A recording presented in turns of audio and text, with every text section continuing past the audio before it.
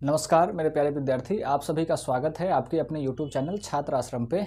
तो अब आप लोगों का जो तैयारी है वो बहुत अच्छे से हो रहा होगा, ऐसा हम लोग उम्मीद करते हैं, क्योंकि आप सबों को बहुत सारे चैप्टर्स ऐसे जो हैं ख़त्म कर दिए गए हैं। जो मैथ्स साइंस जो है आप लोगों का विज्ञान पूरे के पूरे ख़त्म कर दिया गया है क्रैश कोर्स के दौरान। और जो है एसएस का भी आधा से ऊपर ख़त्म हो गया है। और जो है अब जो है एसएस का ही अगला जो नेक्स्ट है आपको राजनीति विज्ञान, जिसको नागरिक शास्त्र भी कहते हैं हम लोग, वो स्टार्ट होने जा रहा है। तो एसएस भी लगभग ख़त्म होने वाला है। मैथ भी जो है आपको गणित जो है आधा ख़त्म हो चुका है, आधा बचा हुआ है। तो आपका क्रैश कोर्स जो है 10 से 15 दिनों के अंदर में लगभग अब ख़त्म हो जाएगा। तो अब आप लोगों का तैयारी बहुत अच्छे से चल रहा होगा। और हमने इस बार जो है आप लोगों के लिए क्या किया है, तो इस तरह के शॉर्ट नोट्स जो आप एग्ज़ाम में जिस चीज़ का कमी आप लोगों को महसूस होता है एग्ज़ाम के टाइम में जा कर के, कि आपके पास बहुत बड़ा बड़ा नोट्स होता है जिसे आप रिवाइज़ करने में बार बार उसको रिवाइज़ करने में असमर्थ होते हैं और रिवाइज़ नहीं कर पाते हैं। इसके कारण आप लोगों का रिजल्ट जो है वो गड़बड़ाता है। तो उसी के संदर्भ में हम लोगों ने क्या किया है, इस बार थोड़ा सा नया प्रयोग किया है कि हमने आप लोगों को इस तरह के शॉर्ट नोट्स जिसमें सारे के सारे कंटेंट्स जो परीक्षा के लिए उपयोगी है। क्या होता है किताब में या जो कोचिंगों में जो नोट्स बनवाए जाते हैं वो परीक्षा के अलावा बहुत सारे ऐसे कंटेंट नोट्स जो देते हैं कोचिंग में या किताब में, वो अलग उसके अलावा भी बहुत सारे ऐसे कंटेंट होते हैं जो एग्जाम में नहीं पूछे जाते हैं, वो समझने के दृष्टिकोण से दिए जाते हैं कि आपको समझ में आए। तो वो क्या होता है, बड़ा हो जाता है, बहुत बड़ा बड़ा नोट्स रहता है, किताब रहता है, किताब में बहुत 20 पेज 50 पेज के अंदर में जो है आप लोगों को एक एक चैप्टर ख़त्म किया जाता है। तो वो एग्ज़ाम के टाइम में रिवाइज़ करना बहुत ही ज़्यादा क्या हो जाता है, कठिन हो जाता है। तो जिसके कारण अगर रिवाइज़ नहीं होगा तो आपका एग्ज़ाम फिक्स है कि वो क्या होगा, गड़बड़ होगा, आपसे ऑब्जेक्टिव नहीं बनेगा, सब्जेक्टिव नहीं लिखाएगा। लेकिन आपके पास अगर इस तरह का छोटा छोटा नोट्स है, इस तरह के शॉर्ट नोट्स आपके पास बने हुए हैं, जिसे आप मतलब कि 2 से 3 पन्ने के अंदर में अगर एक एक चैप्टर आपका बना हुआ है, तो आप पूरे चैप्टर को 2 से 3 घंटे के अंदर में रिवाइज़ करने के लिए क्या हो जाते हैं, समर्थ हो जाते हैं। और 2 से 3 घंटे के अंदर में अगर आप पूरे सब्जेक्ट का रिवीजन कर लेते हैं तो पक्का है कि आपका एग्ज़ाम उस दिन ठीक जाएगा। क्योंकि उस दिन अगर आपका रिवीजन हुआ है, आप जितना समझे हैं उससे तो 40-50 मार्क आएगा आराम से। 25 से 30 मार्क जो 70 से 80 मार्क या 90 मार्क आप लाने में तभी समर्थ होते हैं जब एग्जाम के दिन या एग्जाम से एक दिन पहले आप पूरे चैप्टर को ओवरऑल क्या करते हैं, रिवाइज करते हैं। जो पूछे जाने वाला चीज़ है उसको रिवाइज करते हैं। तो वही जो पूछा जाता है एग्जाम में, उसी को हमने शॉर्ट्स में क्या किया है, पूरे एक चैप्टर को इस तरह के बोर्ड में, एक एक बोर्ड में आपको शॉर्ट नोट्स बना करके आपको वीडियोज़ के माध्यम से हमने समझाया है। जिसे आप अगर नए विद्यार्थी हैं तो आप प्लेलिस्ट में जा करके इस चीज़ को देख सकते हैं कि हमने प्लेलिस्ट में आप देख सकते हैं कि हमने इस चीज़ को कितने ही शॉर्ट नोट्स के द्वारा, और जो एग्जाम के लिए एकदम उपयोगी है, जो एग्जाम में पूछा जाता है, उस चीज़ को लिख करके और किस तरह से हमने समझाया हुआ है, आप पीछे जा करके इस चीज़ को देख सकते हैं प्लेलिस्ट में जा करके। तो उसी के तहत हमने क्या किया है, आपका ये राजनीति विज्ञान, जिसे नागरिक शास्त्र भी कहते हैं, इंग्लिश में पॉलिटिकल साइंस कहा जाता है, उसके तहत जो है हमने आपका पहला चैप्टर स्टार्ट किया है। इसमें टोटल आपको 5 चैप्टर, कुल 5 चैप्टर पढ़ने होंगे। उसमें से पहला चैप्टर हमने आपको पढ़ाया है। तो यहाँ पर देखिए हमने बस उतने ही चीज़ों को दिया गया है। एनसीईआरटी में अगर आप पढ़िएगा तो 15 पेज 10 पेज में इसको खत्म किया है, जिससे 1 से 2 पेज पढ़ते पढ़ते बच्चे थक जाते हैं। तो हमने इतने में इतना ही चीज़ों को लिखा है जो आपके एग्जाम में पूछा जाता है, जो एग्जाम में टोटली पूछा जाता है, जो आता है। बाद बाकी इसके बाद जो जितना भी कंटेंट है वो पूछा नहीं जाता है, वो समझने के दृष्टिकोण से दिया गया है आप लोगों को। तो ये आप लोगों को बहुत ही फायदा करने वाला है। जो विद्यार्थी इसको देख रहे हैं, अभी समझ रहे हैं, तो वो बहुत ही मतलब समझिए भाग्यशाली हैं, खुशनसीब हैं कि उन लोगों को इस तरह के नोट्स के द्वारा आपको पढ़ने का मौका मिल रहा है। क्योंकि अगर आप जब अभी आप नहीं समझ रहे होंगे, क्योंकि अभी आप लोगों को महीना भर लग रहा है कि टाइम है, महीना भर अभी आप देख रहे हैं कि आगे महीना भर टाइम है तो पढ़ लेंगे, आपको लग रहा होगा कि हम पढ़ लेंगे। जब नज़दीक आएगा एग्जाम तो आप लोगों को यही फिर बड़ा लगने लगेगा, बोझिल लगने लगेगा, और फिर पढ़ाई आपसे बोझिल लगेगा और आप छोड़ देंगे। इसी से क्या होता है, आपका एग्जाम गड़बड़ाता है। तो इस तरह से आप लगे रहिए, चैनल को सब्सक्राइब कर लीजिए और इस तरह से लगे रहिए। रोज़ के रोज़ आपको लोगों को इस तरह के कंटेंट के द्वारा आप लोगों को चैप्टर्स क्रैश कोर्स में ख़त्म किए जा रहे हैं। तो चलिए, राजनीति विज्ञान यानी नागरिक शास्त्र के तहत हम पहला चैप्टर आप लोगों को लेते हैं, सत्ता की साझेदारी। देखिए, इस चैप्टर को अगर हम बहुत ही छोटे शब्द में, अगर बहुत कम शब्द में जो है आप लोगों को बताना चाहें इस पूरे के पूरे चैप्टर में क्या दिया गया है, तो चैप्टर का नाम ही है आपका सत्ता की साझेदारी। सत्ता मतलब क्या होता है, सत्ता मतलब जहाँ पे सरकार बनती है, जहाँ से सरकार जो है पूरे देश का या पूरे राज्य का नियंत्रण करती है, उसको सत्ता कहते हैं। कहते हैं कि आप पता है कि मतलब कि सत्ता जो है, जो सरकार बनाती है उसके हाथ में होता है। तो वो जो है उसमें साझेदारी की क्या ज़रूरत है, सत्ता की साझेदारी का मतलब सत्ता में साझेदारी, इस चैप्टर में हम समझने जाएंगे कि सत्ता में साझेदारी और साझेदारी की आवश्यकता क्यों है। बस उसी बात को यहाँ पर दो एग्जाम्पल्स के द्वारा समझाया गया है, अभी हम देखेंगे। तो सत्ता में साझेदारी की जरूरत क्यों है, सत्ता में अलग अलग लोगों की साझेदारी की आवश्यकता क्यों है, क्यों ना एक आदमी ही मिलकर के, जैसे पहले के टाइम में होता था, राजा के टाइम में होता था, एक ही आदमी के हाथ में पूरे सत्ता होती थी। लेकिन अब क्या हो गया है, लोकतंत्र आ गया है हमारे देश में, अलग अलग लोगों की सत्ता में साझेदारी होती है, अलग अलग लोग आकर के सरकार बनाते हैं और देश चलाते हैं। तो इस चैप्टर में मोटा मोटा बात यही है कि सत्ता में साझेदारी क्यों जरूरी है, सत्ता में साझेदारी अगर नहीं देंगे तो क्या हो जाएगा। इसी को ये इसने दो एग्जाम्पल के द्वारा, एक बेल्जियम और एक श्रीलंका का एग्जाम्पल लेकर के, एक देश बेल्जियम है और दूसरा देश श्रीलंका है। अब भारत देश के निवासी हैं तो आपको पता होगा कि भारत के सबसे नीचे दक्षिण में अगर आप जाएंगे तो एक छोटा सा द्वीप की तरह गोल श्रीलंका दिखता है, नक्शा में अगर आप देखेंगे वो एक देश है जिसका नाम श्रीलंका है। एक दूसरा देश जो यूरोप में है, जैसे हम लोग एशिया महादेश में रहते हैं उसी तरह से यूरोप महादेश का एक देश लिया गया है बेल्जियम। इस दोनों देश का एक उदाहरण लेकर के ये समझाया गया है कि सत्ता में साझेदारी क्यों जरूरत है। यानी एक देश, इसमें देखिएगा कि एक देश ने सत्ता में अलग अलग लोगों को साझेदारी दिया, अलग अलग लोगों को सरकार बनाने का मौका दिया, और एक देश ने सरकार बनाने का अलग अलग लोगों को मौका नहीं दिया। तो क्या हुआ उसका परिणाम, जिसने नहीं दिया उसके अंदर में क्या हुआ, और जिसने सत्ता में साझेदारी दी, लोगों को सरकार बनाने का मौका दिया, तो उसका क्या हुआ। दोनों बात को एग्जाम्पल के द्वारा हम समझेंगे और इससे क्या हो जाएगा, आपका ये चैप्टर फाइनल हो जाएगा। बस इतना ही आपको समझ लेना है कि एक में क्या हुआ, एक में नहीं हुआ, उसका परिणाम क्या निकला, यानी निष्कर्ष क्या हो गया, सत्ता की साझेदारी के स्वरूप, यहाँ पर निष्कर्ष क्या निकला, इस बात को समझ लेंगे कि आवश्यकता क्या है और स्वरूप क्या है, ये चैप्टर आपका खत्म हो जाएगा। इसी से क्वेश्चंस आते हैं, बेल्जियम में बताइए कि कितने, कहाँ का देश है, श्रीलंका कहाँ का देश है, कौन से भाषा बोलते थे, नहीं बोलते थे।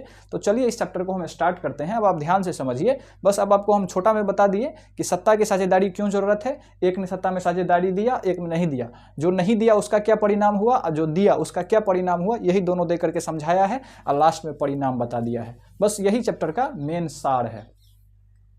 तो देखिए, एक चैप्टर का पहला टॉपिक कह रहा है कि सत्ता की साझेदारी क्या होती है, सत्ता की साझेदारी का मतलब क्या है, आखिर सत्ता में साझेदारी है क्या। तो सत्ता की साझेदारी का अर्थ है सरकार के अलग अलग अंगों और स्तरों के बीच शक्ति का बंटवारा करना। यह लोकतंत्र की आत्मा है, क्योंकि यह संघर्षों को क्या करता है, तो कम करता है। सत्ता में साझेदारी का अर्थ है कि सरकार अलग अलग अंगों और स्तरों पर क्या करे, तो शक्ति का बंटवारा करें। जैसे हमारे देश में है, शक्ति का बंटवारा है। देश के लेवल पे क्या है, प्रधानमंत्री, राष्ट्रपति को शक्ति दिया गया है कि पूरे देश को कैसे चलाएगा, तो प्रधानमंत्री और राष्ट्रपति के द्वारा देश पूरे के पूरे चलाया जाता है। राष्ट्रपति ऊपर में बैठा रहता है और नीचे में प्रधानमंत्री की सहायता से सारा का सारा काम होता है। आप आगे जब क्लास में जाएंगे तो इस चीज़ को पढ़ेंगे कि कैसे काम होता है। और राज्य के स्तर पे भी क्या हो रहा है, राज्य में मुख्यमंत्री के द्वारा पूरे के पूरे राज्य को क्या किया जाता है, चलाया जाता है। तो आप देख रहे हैं कि केंद्र के स्तर पर अलग लोग हैं, राज्य के स्तर पर अलग लोग हैं, गांव के स्तर पे भी अलग लोग हैं, जिसको मुखिया, सरपंच का चुनाव होता है, मुखिया का चुनाव होता है। तो वो अलग अलग लेवल पर अलग अलग प्रतिनिधि, अलग अलग लोगों को क्या दिया गया है, शक्ति दी गई है, शक्ति का बंटवारा किया गया है। यानी सरकार में, सत्ता में क्या दी गई है, साझेदारी दी गई है। इसके माध्यम से अलग अलग लोगों पर क्या चलाया जा रहा है, शक्ति का बंटवारा करके पूरे देश को, पूरे राज्य को क्या किया जा रहा है, चलाया जा रहा है। तो वही है सत्ता में साझेदारी का मतलब, यही है कि सरकार के अलग अलग अंगों और स्तरों के बीच शक्ति का क्या करना, बंटवारा करना। आप समझ गए, केंद्र के स्तर पर अलग लोग, राज्य के स्तर पर अलग लोग, गांव के स्तर पर अलग लोग, तो सबको शक्ति क्या किया गया है, बांटा गया है। तो इसी को कहते हैं सत्ता में साझेदारी, यानी सरकार में साझेदारी। और यही जो है लोकतंत्र की आत्मा है। अगर हम क्या कर दें, सारा का सारा हटा दे, अभी प्रधानमंत्री मोदी जी कहेंगे कि हम ही रहेंगे, जीवन भर हम ही रहेंगे, कोई चुनाव नहीं होगा, सब खत्म कर देंगे और अकेले वो बन जाएं, तो क्या हो जाएगा, लोकतंत्र नहीं रहेगा, फिर तानाशाही आ जाएगी। उसको कहते हैं तानाशाह, कोई एक आदमी रहेगा, उसका जो मन होगा वो करेगा, तो उस सिस्टम को वो कहते हैं तानाशाही।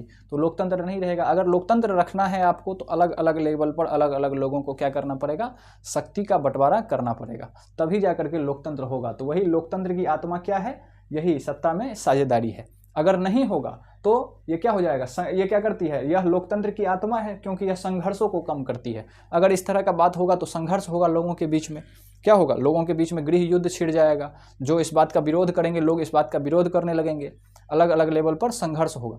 तो संघर्ष को कम करने के लिए सत्ता में लोग क्या कर देते हैं, साझेदारी देते हैं और देश को सही से चलाते हैं। यही है आपका सत्ता में साझेदारी। संघर्ष मतलब अंदर में युद्ध हो जाता है। अभी हम एग्जाम्पल के रूप में आपको देखेंगे कि एक दिया था और एक नहीं दिया था। जो नहीं दिया था उसका क्या काम हुआ, तो यहाँ पर देखिए बेल्जियम और श्रीलंका की जातीय बनावट, पहले हम जातीय बनावट को समझते हैं। अलग अलग जाति के लोग रहते हैं, हर जगह रहते हैं, हमारे देश में भी रहते हैं। तो यहाँ पर देखिए बेल्जियम में क्या है, यह यूरोप का एक छोटा देश है और यहाँ की जातीय बनावट जटिल है।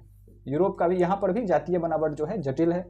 यहाँ पर क्या है, तो 59 यानी 60 में एक कम 59% लोग फ्लेमिश क्षेत्र, वहाँ पर फ्लेमिश जगह का नाम है, फ्लेमिश क्षेत्र में रहते हैं और कौन सी भाषा बोलते हैं, तो डच भाषा बोलते हैं। अभी भी हमारे देश में बहुत सारे लोग बहुत तरह का भाषा बोलते हैं। नीचे वाले लोग ज़्यादातर इंग्लिश को प्रीफर करते हैं, इंग्लिश ज़्यादा पसंद करते हैं। ऊपर उत्तर भारत के लोग क्या करते हैं, हिंदी को पसंद करते हैं। उसी तरह से वहाँ पर जो है बेल्जियम में 59% लोग जो था फ्लेमिश क्षेत्र में रहते थे और वो डच भाषा बोलते थे। और दूसरा है कि 40% लोग बेलोनिया क्षेत्र में रहते थे, बलोनिया क्षेत्र में रहते थे और ये फ्रेंच भाषा बोलते थे। देखिए फ्रेंच भाषा बोलने वाले लोग 40% हैं, लगभग 60 यानी 59% लोग डच भाषा बोलने वाले हैं और 1% लोग जर्मन बोलने वाले लोग हैं। जर्मन भाषा है, जर्मनी का एक जर्मन भाषा है, जैसे हिंदुस्तान की हिंदी भाषा है उसी तरह से जर्मन भाषा, 1% लोग जर्मन भी बोलते हैं।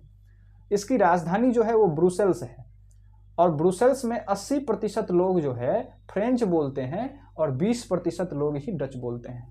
डच बोलने वाले पूरे देश में, पूरे बेल्जियम में डच बोलने वाले की संख्या लगभग 59% है और फ्रेंच बोलने वाले की क्या है, 40% मात्र है। लेकिन जो इसकी राजधानी है ब्रुसेल्स, जैसे हमारी देश की राजधानी दिल्ली है उसी तरह से बेल्जियम की राजधानी ब्रुसेल्स है। ब्रुसेल्स एक शहर का नाम है जो उसकी राजधानी है। उस शहर में जो है वो 80% लोग जो हैं वो फ्रेंच बोलने वाले ही हैं और 20% मात्र डच बोलने वाले हैं। पूरे देश में ओवरऑल डच बोलने वाले ज़्यादा हैं और फ्रेंच बोलने वाले कम है, लेकिन उस राजधानी में फ्रेंच बोलने वाले ज़्यादा हैं और डच बोलने वाले कम हैं। तो आपसे इस तरह के क्वेश्चंस पूछे जाएंगे, यहीं से आपसे क्वेश्चंस पूछे जाएंगे कि बेल्जियम में बोलिए डच भाषा बोलने वाले कितने लोग थे, तो आपको बताना पड़ेगा 59 लोग। जर्मन भाषा बोलने वाले कितने लोग थे, तो 1%। 40% फ्रेंच बोलने वाले लोग थे, ये बताया जाएगा। पूछेगा कि ब्रुसेल्स, उसकी जो बेल्जियम की राजधानी थी, वहाँ पर फ्रेंच बोलने वाले कितने लोग थे, तो आपको याद रखना पड़ेगा कि वहाँ पर फ्रेंच बोलने वाले लोग क्या थे, तो ज़्यादा थे, 80% लोग थे और डच बोलने वाले कम थे, 20% थे। तो इस बात को उल्टा कर दीजिएगा ना सीधे, राजधानी में जो कम है ओवरऑल वो राजधानी में ज़्यादा है और जो ज़्यादा है वो राजधानी में कम है। इस बात को उल्टा करके आप याद रख लीजिएगा। तो यहाँ से क्वेश्चंस आपको देखने को मिलेगा, यहीं से क्वेश्चंस पूछा जाएगा। इस चैप्टर में यही है, यही 2 एग्जाम्पल के द्वारा आप लोगों को समझाया गया है। तो ये आप समझ गए बेल्जियम का क्या है, तो जातीय बनावट इस तरह से है। अभी इसको रहने दीजिए, फिर ये क्या होगा आगे हम इसका कहानी बताएंगे कि ये क्या किया। और दूसरा पहले श्रीलंका का देख लेते हैं, दोनों में क्या स्थिति है वो पहले देख लेते हैं। फिर एक ने सत्ता में साझेदारी दिया और एक ने नहीं दिया, तो क्या परिणाम हुआ वो यहाँ पर हम देखेंगे।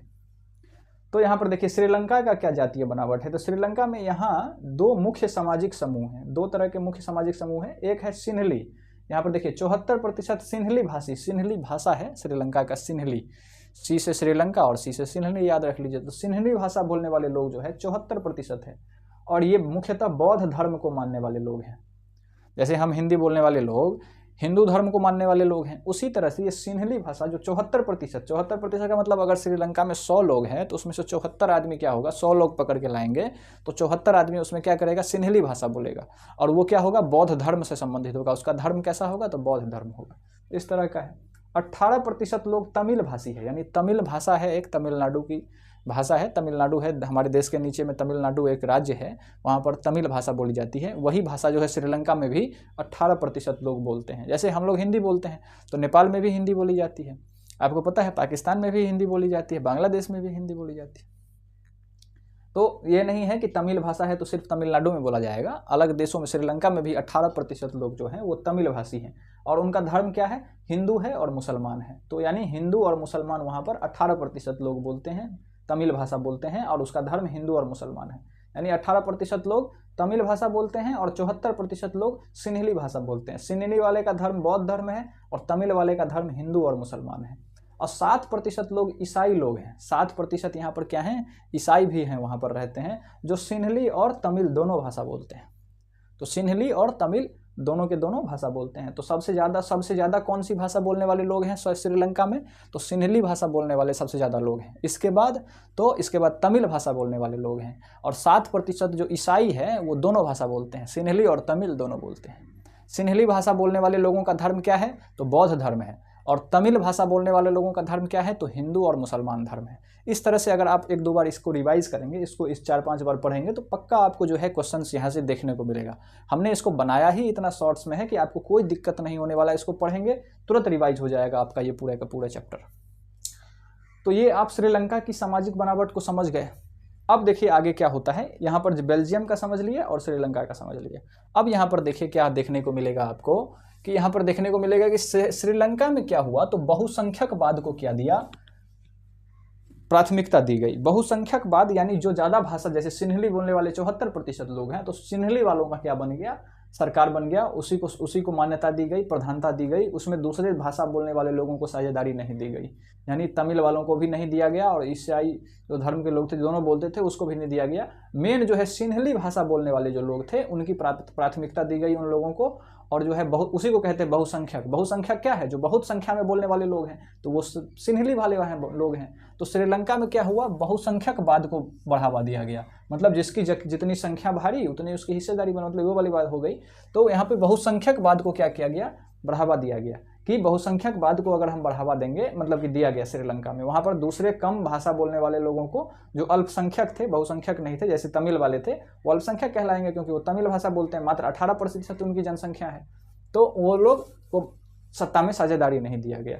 तो क्या हुआ, तो श्रीलंका में सिन्हली समुदाय ने अपनी संख्या के बल पर शासन का प्रभुत्व जमाया। यहाँ पर सिन्हली वाला बहुसंख्यक में था, तो सिन्हली भाषा वाला जो है वो सत्ता पर, शासन पर प्रभुत्व जमाया, के बल पर जो है शासन पर क्या किया, प्रभुत्व जमाया, क्योंकि उसकी जनसंख्या ज़्यादा थी। तो उन लोगों ने अपना एक मोनोपोली बना करके, जैसे कि अभी हिंदू धर्म जो है भारत में बहुसंख्यकवाद में है, तो वो लोग जो चाहे, जहाँ का सरकार चाहे, जैसा सरकार चाहे बना सकते हैं।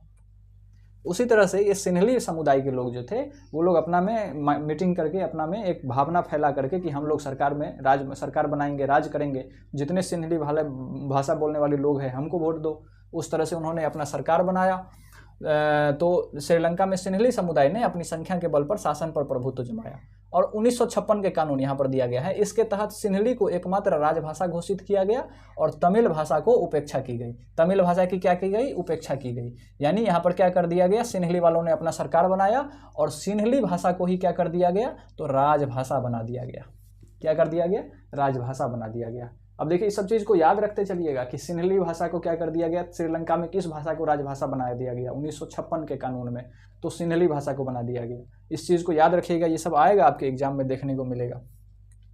इसके बाद विश्वविद्यालय और सरकारी नौकरियों में सिन्हलियों को प्राथमिकता दी गई। विश्वविद्यालय जो भी था या सरकारी नौकरी में जो भी काम होते थे उस सब में सिन्हली भाषा चलता था।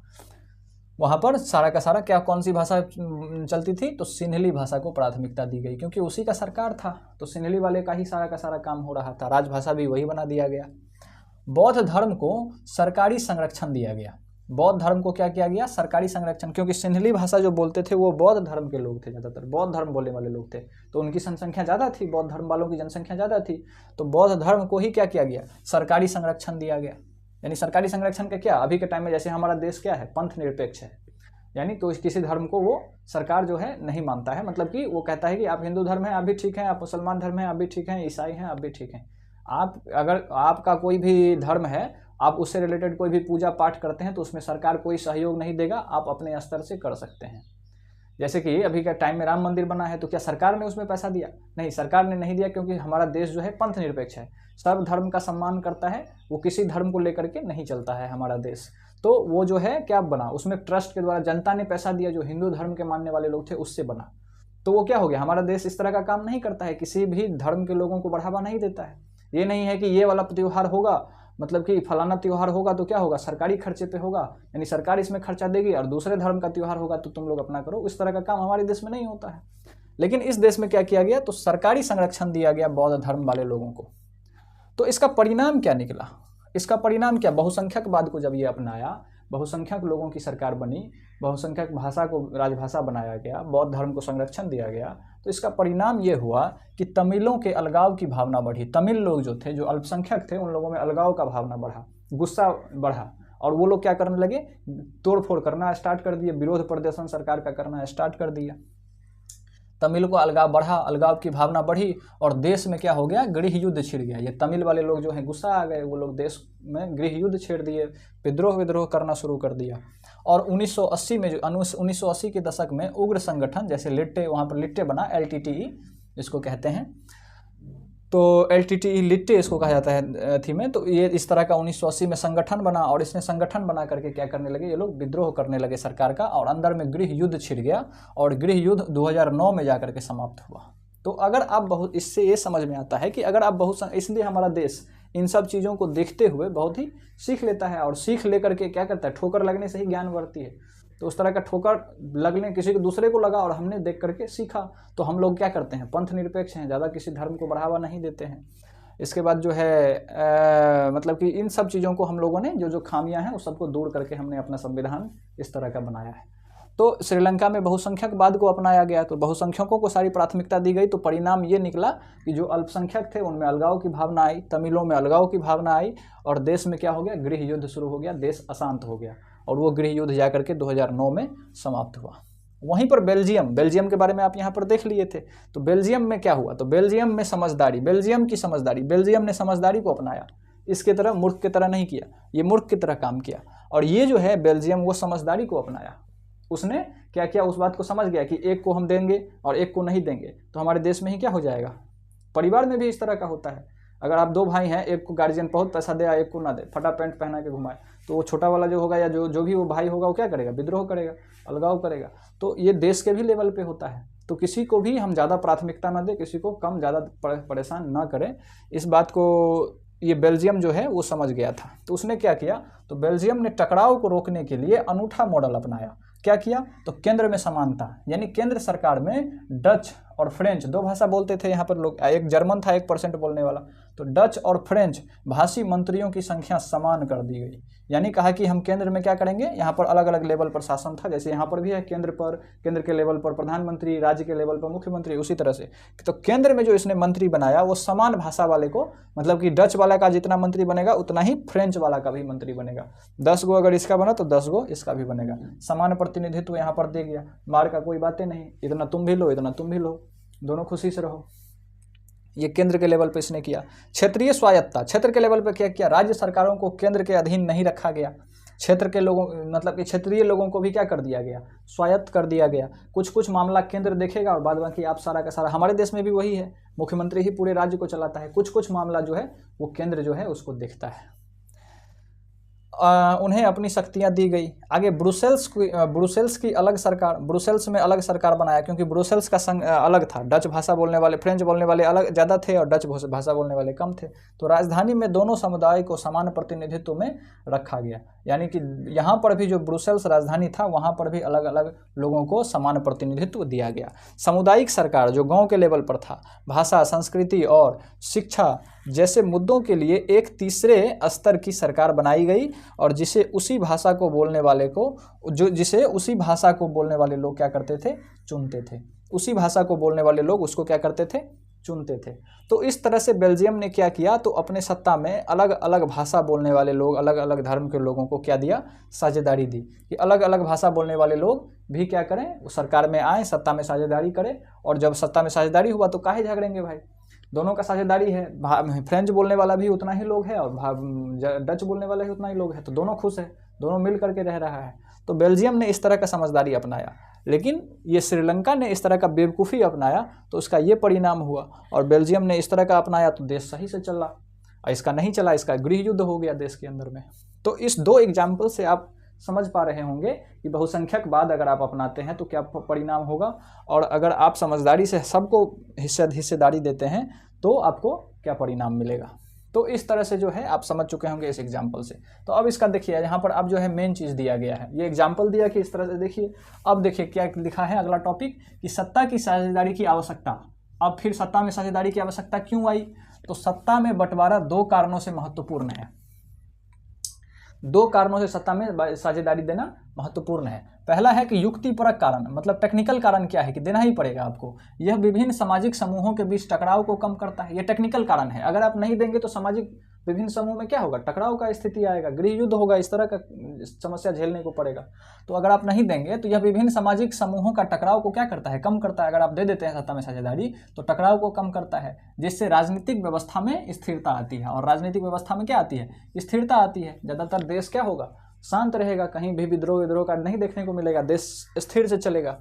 और ये तो हो गया युक्तिपरक कारण, टेक्निकल कारण कि आपको देना ही पड़ेगा, अगर आप नहीं देंगे तो इस तरह का आपको समस्या देखने को मिलेगा। दूसरा है नैतिक कारण। नैतिक कारण क्या है, नैतिक मतलब एथिकल, इंग्लिश में कहेंगे उसको। एथिकल कारण क्या है, एक खुद भी आप मानव होने के नाते एक मानव की तरह अगर आप सोचेंगे तो उसको कहते हैं नैतिक कारण। आपको भी लगेगा कि नहीं नहीं सही बात है, जो सब तरह के लोग हैं तो सबको भी उस तरह का सम्मान मिलना चाहिए। तो ये हो गया नैतिक कारण। एक नैतिक पक्ष भी बोलता है, आपका बोलता है ना, अंदर से आत्मा तो तुम्हारा कहता होगा, अंदर से आत्मा तुम्हारा बोलता होगा। तो हर इंसान में मानवता होती है, उसके माध्यम से भी फैसला होता है कि नहीं सही बात है कि ये गलत है। अगर आप एक सारा आदमी है तो सबको क्या दीजिए, साझेदारी दीजिए। तो नैतिक कारण क्या है कि लोकतंत्र की आत्मा सत्ता की साझेदारी ही है। लोकतंत्र तभी होगा जब सत्ता में साझेदारी होगी। जनता की भागीदारी के बिना लोकतंत्र संभव नहीं है। तो उसमें जनता की भागीदारी भी, जनता की भागीदारी आप नहीं दीजिएगा। मान लीजिए चुनाव नहीं करिएगा, आप कहिएगा जो बन गया सो बन गया, आप चुनाव नहीं होगा तो क्या हो जाएगा, देश नहीं चल पाएगा उस तरह से। तो नैतिक कारण भी है कि लोकतंत्र में क्या होना चाहिए, सभी लोगों को साझेदारी मिलनी चाहिए, जितने भी लोग हैं। तो युक्तिपरक कारण अगर आप नहीं दीजिएगा, टेक्निकल कारण क्या है, नहीं दीजिएगा तो इस तरह का आपको समस्या का सामना करना पड़ेगा। और नैतिक कारण है कि हाँ अच्छी बात है, देना चाहिए हम लोगों को। तो ये दो कारण से हम क्या करते हैं, सत्ता में लोगों की साझेदारी करते हैं, लोगों को साझेदारी देते हैं, हम तानाशाही को नहीं अपनाते हैं। इसलिए देश में क्या है, लोकतंत्र है। अभी भारत जो है दुनिया का सबसे बड़ा लोकतंत्र है, सबसे ज़्यादा लोग यहाँ लोकतांत्रिक पद्धति से रहते हैं, कोई दिक्कत नहीं होता है। कहीं आपने देखा है इस तरह का अलगाव या कुछ भी तरह का विद्रोह या विरोध देखने को नहीं मिलता है। सबको साझेदारी मिला हुआ है, सब जो है आपस में आराम से रह रहे हैं, सबकी क्या कहते हैं, साझेदारी सत्ता में है सब लोगों की। अगला है सत्ता की साझेदारी का स्वरूप। अब सत्ता में साझेदारी कितने तरीके से दे सकते हैं, सत्ता में साझेदारी किस किस रूपों में दिया जाता है, उसके कुछ स्वरूप यहाँ पर चार्ट दिए हुए हैं कि सत्ता में साझेदारी किस किस रूप में दिया जा सकता है, कैसे कैसे दिया जा सकता है। तो 4 तरह के स्वरूप हैं। एक होता है क्षैतिज विवरण। क्षैतिज का मतलब सीधे, यहाँ पर देखिए क्षैतिज विवरण का मतलब क्या होता है, ये हुआ क्षैतिज रेखा, आप पढ़े होंगे मैथमेटिक्स में, ये हुआ क्षैतिज रेखा और ये हुआ ऊर्ध्वाधर रेखा, 2 तरह का आप पढ़े होंगे। क्षैतिज मतलब ऐसे सोया हुआ लाइन को क्या कहते हैं, क्षैतिज लाइन। इस तरह के खड़ा लाइन को क्या कहते हैं, ऊर्ध्वाधर लाइन। इंग्लिश में इसको वर्टिकल लाइन कहा जाता है, इसको हॉरिजॉन्टल लाइन। तो ये हॉरिजॉन्टल हुआ आपका, ये वर्टिकल हुआ, इसको हिंदी में कहते हैं क्षैतिज, इसको कहते हैं ऊर्ध्वाधर, जो खड़ा है इस तरह से। अगर हम खड़ा हैं तो वर्टिकल हैं, अभी सो जाएं नीचे ज़मीन पर तो हॉरिजॉन्टल हो जाएंगे, यानी क्षैतिज हो जाएंगे। खड़ा है तो ऊर्ध्वाधर है। तो क्षैतिज वितरण क्या कहलाता है, देखिए जब सत्ता का बंटवारा सरकार एक ही स्तर पर अंगों के बीच, जैसे विधायिका, कार्यपालिका और न्यायपालिका, इसके नियंत्रण और संतुलन की व्यवस्था को कहते हैं। सत्ता के 3 रूप हैं, सत्ता के 3 रूप हैं। एक विधायिका है जो कानून बनाता है, एक कार्यपालिका है जो कानून का पालन करवाता है, जो कानून बना दिया विधायिका कि कल से जो है मोटरसाइकिल पे हेलमेट लगा करके ही चलना है, तो कार्यपालिका क्या करेगा, एसपी डीएसपी उसको कानून को पूरा करवाएगा। और एक होता है न्यायपालिका, अगर कहीं झगड़ा हो गया, विधायिका कानून बनाया हेलमेट लगा के चलना चाहिए या कुछ भी, और कार्यपालिका कहा कि हाँ हेलमेट लगा करके उसको पालन करवाना है कि हेलमेट लगा करके जो नहीं जाएगा उस पर फाइन लगेगा। अब दोनों में कहीं झगड़ा हुआ, कहीं पर यहाँ पर कोई समस्या आया तो यहाँ पर न्यायपालिका होता है, यहाँ पर कोई समस्या आया तो यहाँ पर न्यायपालिका है। तो सत्ता के 3 जगह होते हैं, एक विधायिका जहाँ कानून बनता है, एक कार्यपालिका जहाँ पर उस कानून को पालन करवाया जाता है। अगर कोई समस्या आ रही है, कुछ धोखाधड़ी हो रहा है तो उसको समाधान करने के लिए न्यायपालिका होता है। तो ये हो गया, आपको क्या हो गया, ये क्षैतिज हुआ कि नहीं हुआ, इस तरह से क्षैतिज सत्ता, ये क्षैतिज सत्ता है। तो क्षैतिज रूप से भी क्या करना चाहिए, साझेदारी देना चाहिए कि विधायिका में भी उतने लोग होंगे, जिस समुदाय के जितने लोग हैं वो विधायिका में कानून बनाने वाले मंत्री, विधायक, वो लोग अलग अलग जाति के लोग रहते हैं कि नहीं, अलग अलग भाषा के लोग, उसमें भी क्या होगा, साझेदारी होगा। कार्यपालिका में भी एसपी डीएसपी डीएम, आरक्षण के तहत अभी हमारे देश में भी उन लोगों को क्या क्या गया है कि सत्ता में साझेदारी मिले, वो लोग भी नीचे से क्या करें, ऊपर आए। तो उसके माध्यम से जो है यहाँ पर भी दिया गया है आपको साझेदारी। और कार्यपालिका में भी एसपी डीएसपी डीएम जो होते हैं कार्यपालिका के अंग हैं, वो भी इसमें काम करते हैं। और अगला जो है यहाँ पर न्यायपालिका, न्यायपालिका में भी क्या करते हैं, साझेदारी देने की बात की जाती है। तो इस तरह से अगर साझेदारी मिल रहा है तो उसको क्षैतिज कहते हैं। ऊर्ध्वाधर मतलब ऊपर से नीचे, केंद्र में, राज्य में और गांव में, उसको कहते हैं ऊर्ध्वाधर। यहाँ पर देखिए उदाहरण वितरण, जब सत्ता का बंटवारा विभिन्न स्तरों पर हो, जैसे केंद्र सरकार, राज्य सरकार और स्थानीय निकाय। स्थानीय निकाय में क्या हो गया आपको, गांव में है तो पंचायत हो जाता है, मुखिया सरपंच, और अगर नगर है मतलब कि शहर है तो शहर में क्या होता है, नगर पालिका होती है, वहाँ पर अलग अलग चुनाव होते हैं, मेयर के चुनाव होते हैं, आप सुने होंगे, पार्षद का चुनाव होता है, मेयर का होता है, तो वो नगर का है। तो स्थानीय निकाय या नगर पालिका, इन दोनों जगह पर। तो ये हो गया ऊर्ध्वाधर वितरण कि केंद्र में भी आप उतना ही साझेदारी दीजिए, राज्य में भी आप उतना ही साझेदारी दीजिए, और स्थानीय निकाय के लेवल पर भी, पंचायत में भी उतनी ही साझेदारी दीजिए। तो ऊपर से नीचे आ रहा है, इसको कहते हैं ऊर्ध्वाधर वितरण।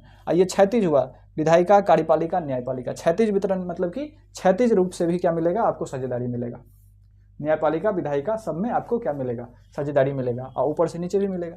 समाज, ये दो हो गया। सामाजिक समूहों के बीच, सामाजिक रूप से सामाजिक समूह होते हैं, धार्मिक और भाषाई समूहों के बीच सत्ता का बंटवारा, जैसे कि बेल्जियम और का मॉडल। बेल्जियम का मॉडल क्या हुआ कि भाषा अलग अलग, डच वाले का भी उतना ही मंत्री होगा, फ्रेंच वाले का ही उतना ही मंत्री होगा। तो इस तरह से सामाजिक समूह के भी बीच में क्या होता है, सत्ता का साझेदारी होता है।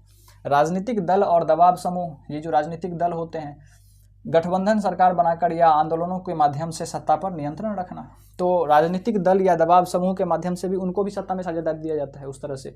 जैसे कि अब कोई राजनीतिक दल है, छोटा राजनीतिक दल है, जैसे अभी बिहार में देखते हैं कितने सारे दल मिलकर के सरकार बनाए हुए हैं, जितने राम मांझी की पार्टी है या बहुत सारे पार्टी हैं, चिराग पासवान की पार्टी है। तो ये सब क्या है, छोटे छोटे राजनीतिक दल हैं। इन लोगों को भी सत्ता में क्या दिया गया है, साझेदारी दिया गया है। इन लोगों को भी मंत्री का पद मिला है, विधायक हैं इन लोगों के। तो ये छोटे छोटे राजनीतिक दल भी क्या करते हैं, चुनाव जीत करके अपना सत्ता में साझेदारी करते हैं। तो इस तरह से भी क्या होता है, सत्ता में साझेदारी होता है। तो एक हो गया क्षैतिज वितरण, ऊर्ध्वाधर वितरण, ये दो समझ गए। इसके बाद सामाजिक समूहों के बीच, धार्मिक या भाषाई लेवल पे जो बेल्जियम दिया था, और एक राजनीतिक दल, अगर छोटा छोटा राजनीतिक दल या कोई दबाव समूह है तो उस तरह से वो लोग भी सत्ता में क्या लेते हैं, साझेदारी। अब कहिएगा दबाव समूह ये आंदोलन करते हैं, उस हिसाब से भी अपना सत्ता में साझेदारी रखते हैं। साझेदारी का मतलब क्या, बाहर से अगर आप गलत करिएगा तो हम क्या करेंगे, आपका विरोध करेंगे, तो इसके कारण भी सत्ता ठीक से चलती है। तो वो समझिए बाहर से ही क्या है, उसका साझेदारी है। अगर गलत करिएगा तो हम विरोध करेंगे, तो आप चुनाव हारिएगा। तो इस तरह से वो भी क्या है, सत्ता में साझेदारी है, भले ही बाहर है, रोड पे है, लेकिन सत्ता का काम वो करवाता है। सत्ता उससे डरती है, मतलब समझती है कि अगर हम कुछ गलत करेंगे तो बाहर हमारा विरोध करेगा वो लोग, तो उसको कहते हैं दबाव समूह।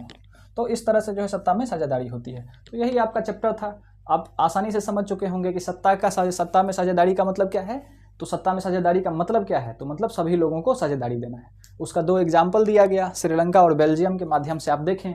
एक ने दिया तो क्या हुआ, आराम से देश चला, एक ने नहीं दिया तो क्या हो गया, गृह युद्ध छिड़ गया। इस तरह से देखें। इसके बाद सत्ता में साझेदारी की आवश्यकता, तो एक युक्तिपरक कारण, एक नैतिक कारण, दो कारणों से आप देंगे। और इसके बाद कैसे देंगे, तो अलग अलग स्वरूप है। इस तरह से चैप्टर आपका क्या हो गया, इतने से ही क्वेश्चन से आप नोट्स से आपका क्या हो गया, चैप्टर खत्म हो गया। बस इतने को आप 2 से 4 बार, जितना बार आपको समझ में आए, छोटा सा नोट्स है, इसको रिवाइज करिए और देखिए आप एग्जाम में इसका क्या चमत्कार होगा। बड़ा के चक्कर में क्या होता है ना, आपको रिवीजन नहीं हो पाता है। अगर आपका नोट्स बड़ा है तो आपका रिवीजन नहीं होगा। जब रिवीजन नहीं होगा तो सारा क्वेश्चन यहीं से आना है। यही है मेन सार, कहानी का मेन जो है, मतलब कहता है ना कि मतलब कि मेन सार क्या है, वो बात समझा दीजिए तो सारा क्वेश्चन का जवाब दे देंगे। तो यही है कुछ कहानी का मेन सार, ये चैप्टर का मेन सार है। इतने से ही आपको क्या मिलेगा, क्वेश्चंस देखने को मिलेगा। इसके बाहर सब बेकार है। तो इसको आप जो है लिख लीजिए, स्क्रीनशॉट ले लीजिए। हम तो ठीक से लिख भी देते हैं, तो स्क्रीनशॉट लेकर के आप इसको रख सकते हैं। क्वालिटी बढ़ा करके स्क्रीनशॉट लीजिएगा तो दिखेगा बढ़िया से। या अगर आप इसको लिख लेते हैं तो और बढ़िया है, रिवीजन भी हो जाएगा अगली बार और आपका, और जो है आपको याद भी रहेगा। तो इस तरह से आप रिवाइज करके अगर आप अपने नोट्स बना करके रखते हैं तो देखिएगा एग्जाम में ज़रूर आपको बहुत ही अच्छा सफलता मिलेगा, और जितना आप उम्मीद किए थे उससे ज़्यादा मार्क्स मिलेगा इस तरह के नोट्स के माध्यम से, इस तरह के लेक्चर के माध्यम से। तो चलिए आप लोग सब चैनल को सब्सक्राइब कर लीजिए, अपने दोस्तों को भी बताइए कि इस तरह का काम किया जा रहा है। आप सभी लोगों को सुनने के लिए बहुत बहुत धन्यवाद।